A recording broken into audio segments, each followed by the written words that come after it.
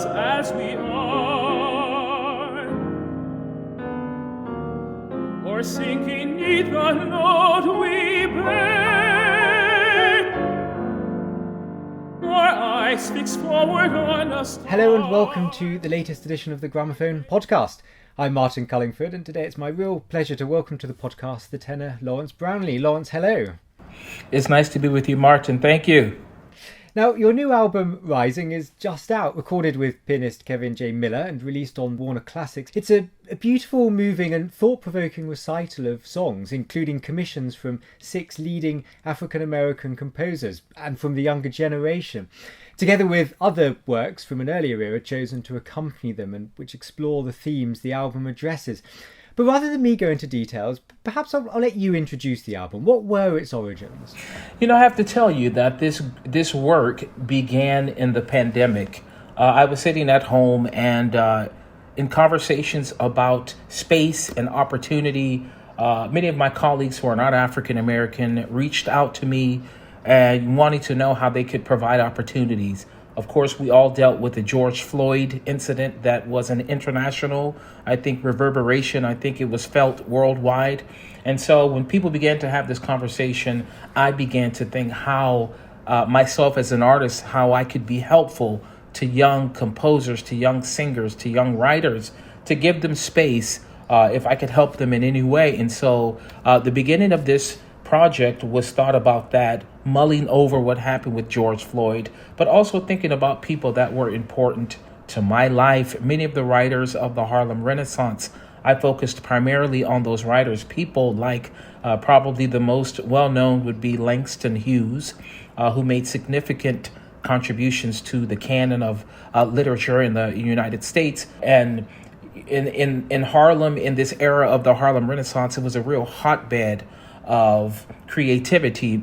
Other writers, Georgia Johnson, Claude McKay, Arna Bolton, and so many of these people contributed so much to my life as a young African-American man. And so how it impacted me, I felt that this was really important. So what I wanted to do is open this up to the wider world. I believe a lot of people think that writings by these people are specifically and only meant for African Americans, and that's not true. It's a shame that we don't know as much about them as we do Walt Whitman and some of the other composers that are not African American. And so what I wanted to do is take those writings and pair them with these young, vibrant, energetic, creative, gifted writers of today, 2023, to take their writing styles. These are people who had already been having success in their own respects, contributing to the world of music now. And so I wanted to take these two and put them together. And I thought, I get a chance to sing in places like Wigmore,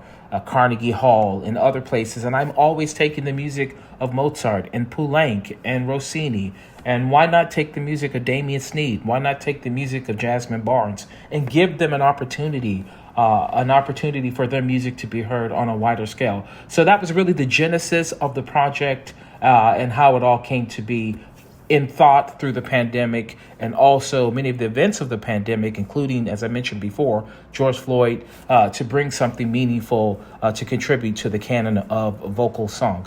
Yeah, no, absolutely. And it's really interesting, the different voices of the young composers you've chosen. So let's explore those a bit more. What was the process of creation? How did you choose the people you approached, and how did they then choose the text? And what kind of dialogue was there between the two of you?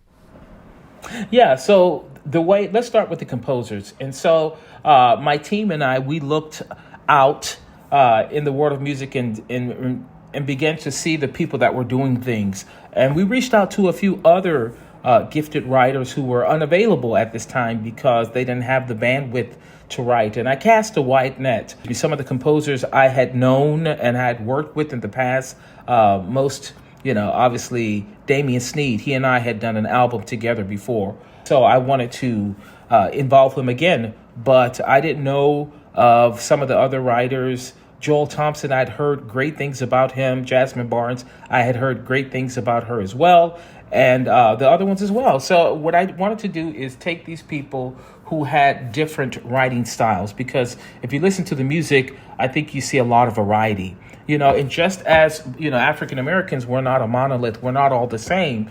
Our influences in music are wide and varied. Some people, I think, were heavily influenced by classical music, by Stravinsky, by Berg, by Bernstein.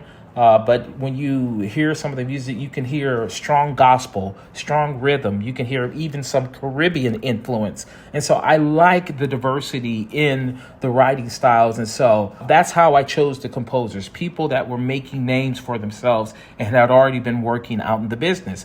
Now, as far as like the pieces, what I did with my team, we put together a list of material that they could choose from.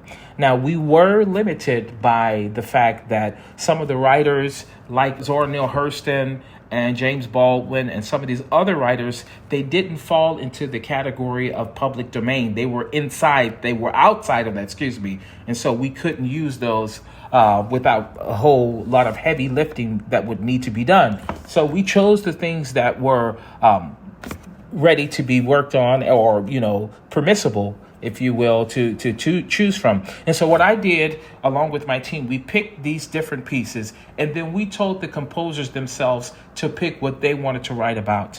Wagner, I believe he said that it was the words that made him write the music he wrote. And so something that I would be personally moved by would inspire me to write. And I wanted them to have that same experience, that same genuine, organic impetus to write about what they felt would be meaningful. And so that's what they all did. They all picked the titles, the works themselves. And so it inspired them to write what they wrote. So I felt that was the most authentic, without me kind of forcing their hands to write something that perhaps didn't speak to them.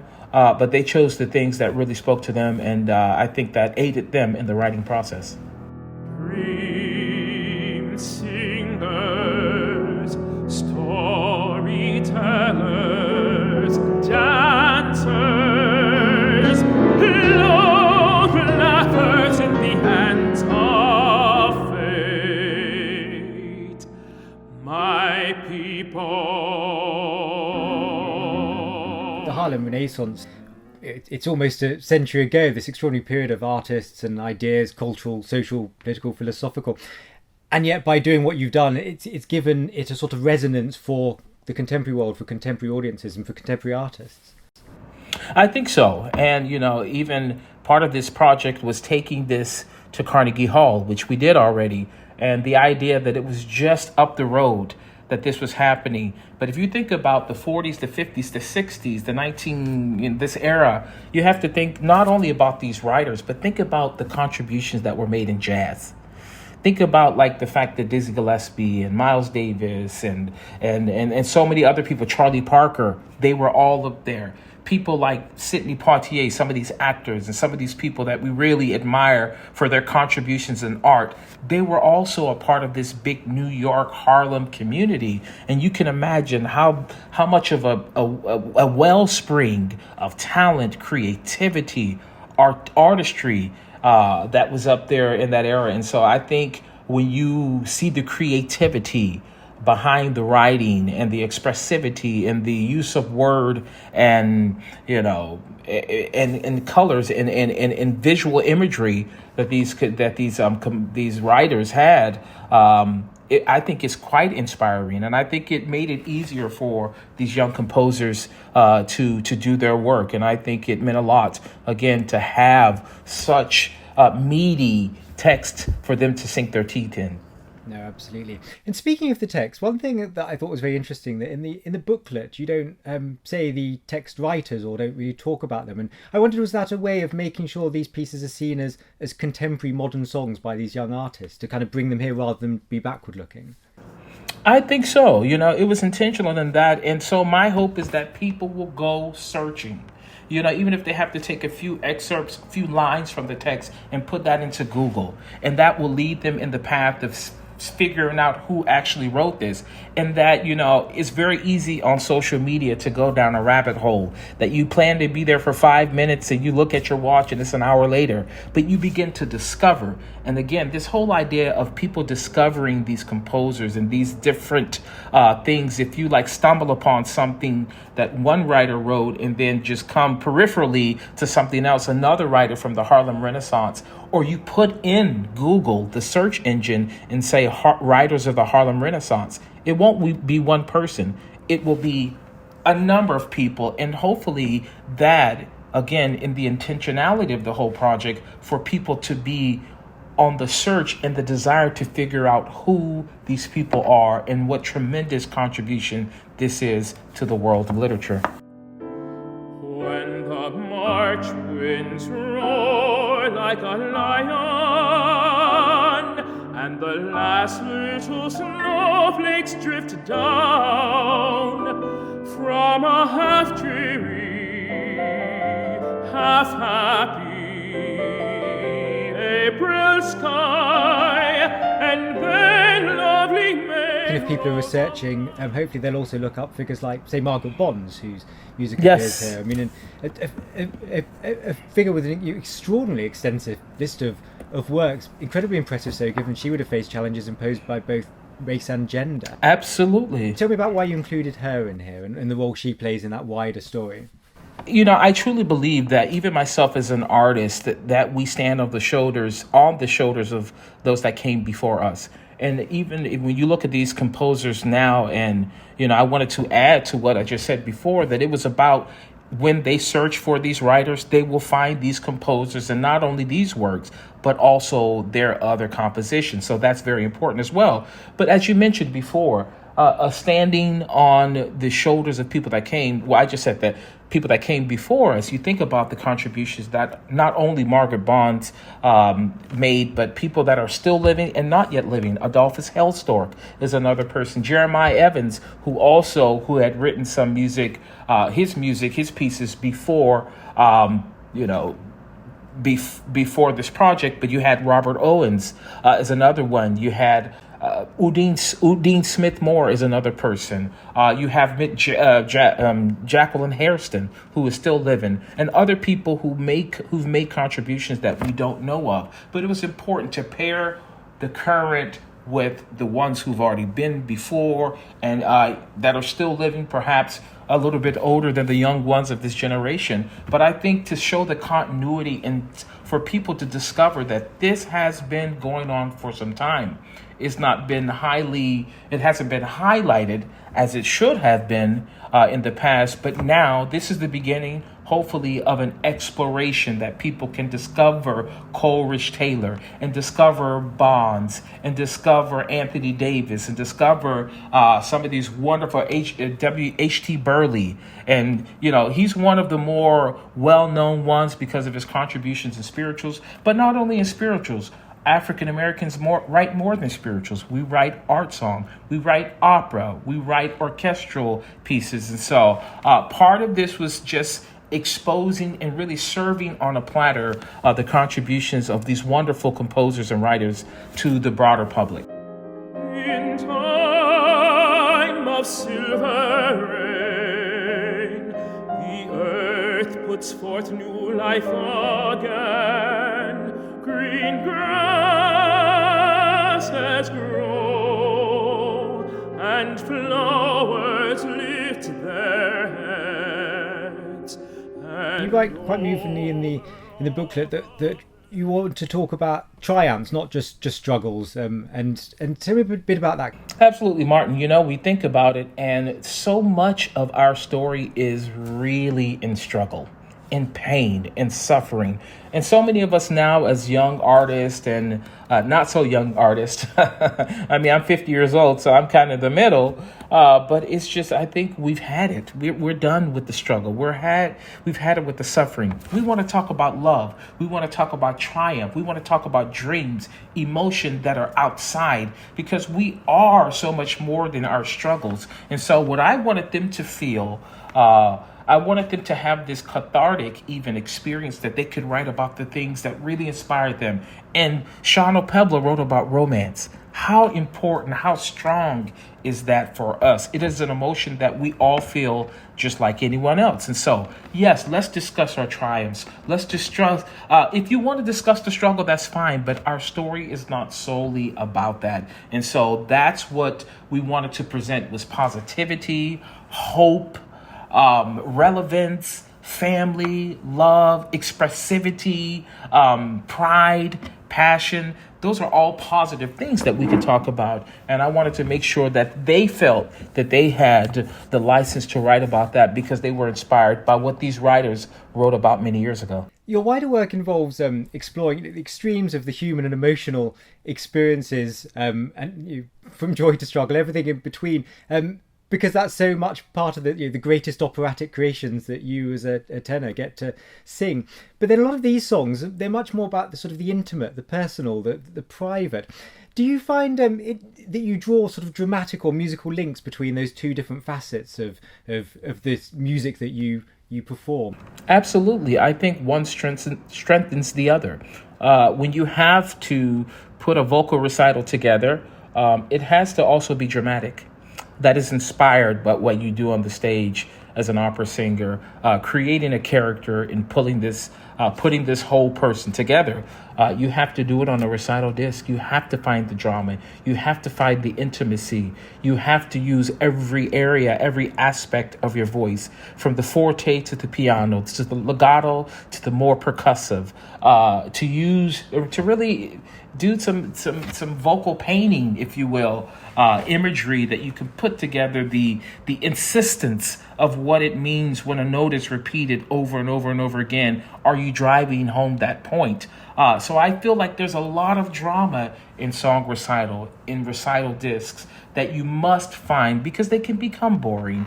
There's not a lot of things to take you away from that voice that can be sweet and pleasing, pleasurable, yes. But I think it's in finding the colors and the text and the drama and really the weight, the cadence of the word that's important, that can make things really come to life. It's not just about the beauty. Sometimes you have to take risks to find that extra level of expressivity. So I think those things that I can draw upon from my operatic experience, being on the stage, having performed roles that have been more dramatic or comical, I think it builds a repertoire of things you can use when you put together a recital disc, and how much more meaningful that experience is if you can find those colors to go along with the text. I plucked my soul out of its secret place and held it to the mirror of my eye to see. A big part of finding colours as well in a song recital is the relationship with the pianist, and I thought actually that it was really, really beautiful. There seemed to be such a rapport and interrelation. And was Kevin J. Miller part of this process from the very beginning? Did it all evolve together as a partnership? It was something for the very beginning that I had wanted him to be involved in. Kevin is a very good friend of mine. He's a very good friend of mine, and we bonded over tennis. We share that passion. We both play, and we are big fans of tennis. But I think there's a real trust in our artistic relationship. We realize that it is a collaborative piece. It's chamber music, that one without the other doesn't work.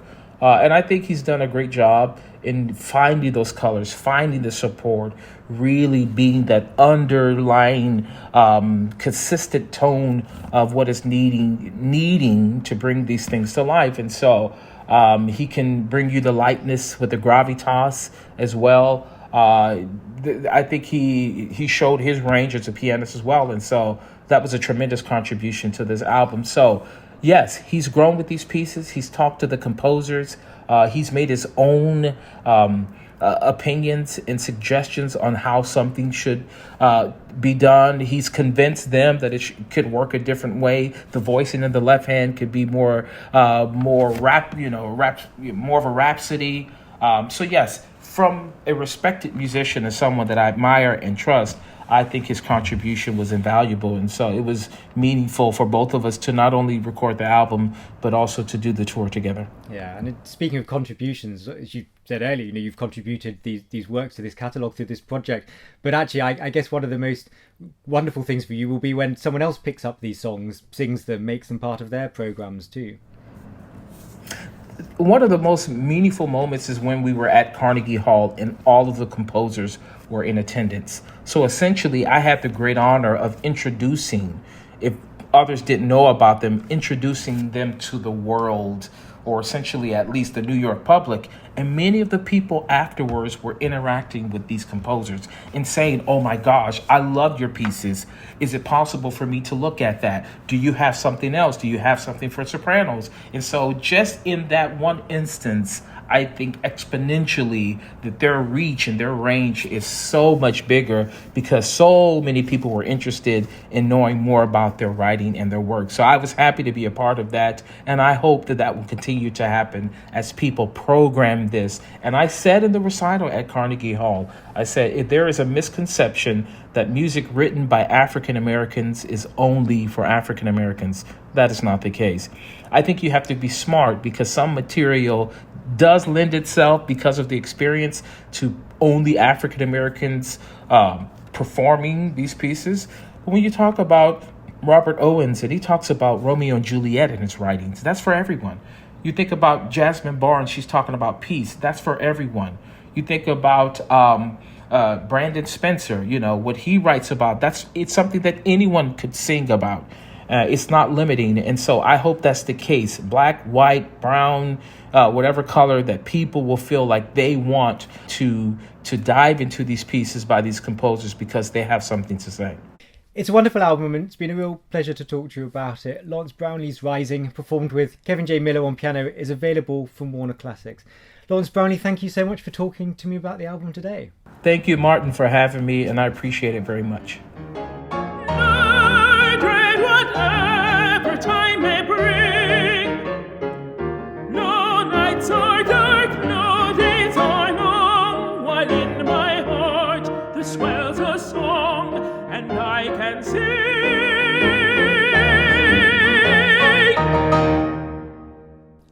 Lawrence Brownlee singing Damien Sneed's The Gift to Sing, ending my interview with the tenor about his new album Rising, recorded with pianist Kevin J. Miller and available now from Warner Classics. If you've enjoyed this Gramophone podcast, we'd be hugely grateful if you could leave a rating or a review, hit the subscribe button, or simply tell your friends about our work.